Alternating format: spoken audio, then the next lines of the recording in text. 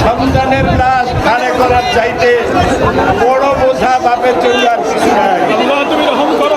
আল্লাহ আমার কলিজার টুকরা সন্তান সারা বাংলাদেশের বাইরে কোরআনের তাফসীর করত। আল্লাহ তুমি তাকে জান্নাতুল ফেরদাউস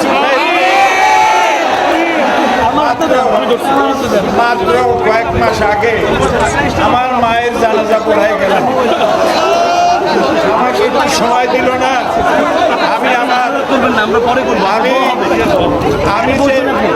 আমার মহিলাদেরকে আমার মা মারা গেলেন, আমার ভাইকে সান্ত্বনা দেব, আমাকে সময় দেওয়া হলো না। আমার কলিজার টুকরা বুলবুল গতকাল চলে গেছে। আমি জানতে পারলাম আজকে আসরের নামাজের সময়।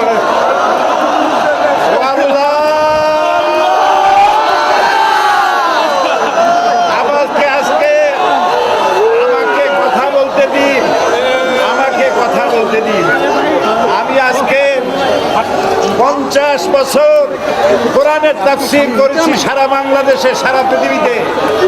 আমাকে বানানো হয়েছে যুদ্ধ অপরাধী, আমাকে বানানো হয়েছে চোর, ডাকাত, হত্যাকারী, ধর্ষণকারী। আমি আল্লাহর নামে কসম করে বলছি, আল্লাহ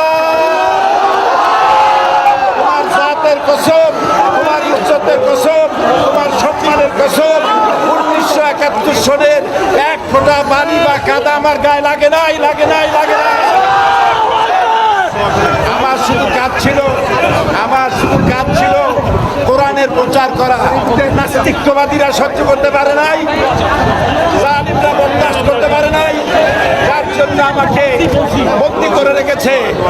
আমি শাহাদাতের তামান্না করি, আমি শহীদ হতে চাই, তবে চোর ডাকাত ইত্যাদির বদনাম নিয়ে মরতে চাই না।